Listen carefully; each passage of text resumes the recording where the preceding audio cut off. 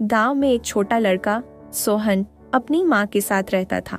सोहन की माँ बहुत बीमार थी और सोहन की हालत भी बहुत खराब थी। सोहन के पास ना तो पैसे थे, ना ही कोई उपाय था जिससे वह अपनी माँ का इलाज करवा सके। एक दिन जब सोहन खेत में काम कर रहा था, बबलू दादा उसकी ओर आए। सोहन, तुम इतने उदास क्यों हो?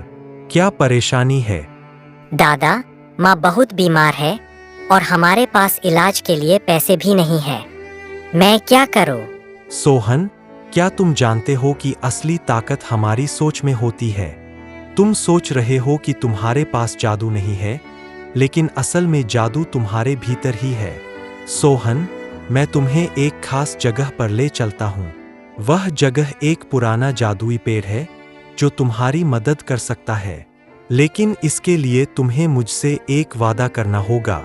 बबलू दादा, मैं वादा करता हूँ, मुझे माँ का इलाज करवाना है।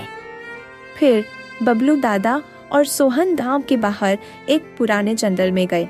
वहां एक बड़ा और रहस्यमय पेड़ था जिसके नीचे एक छोटा सा संदूक पड़ा था। यह पेड़ बहुत पुराना है सोहन, इसके पास एक छिपा हुआ खजाना है। तुम इस संदूक को खोलो, लेकिन ध्यान रखना, खजाना सिर्फ अच्छे कामों के लिए है। सोहन ने डरते डरते संदूक खोला। उसमें सोने चांदी की चीजें नहीं थीं, बल्कि वहां एक छोटा सा जादुई पत्थर था। बबलू दादा मुस्कुराए और बोले, यह है असली जादू। यह क्या है दादा? यह तो सिर्फ एक पत्थर जैसा दिखता है। यही तुम्हारी असली जादू की ताकत है।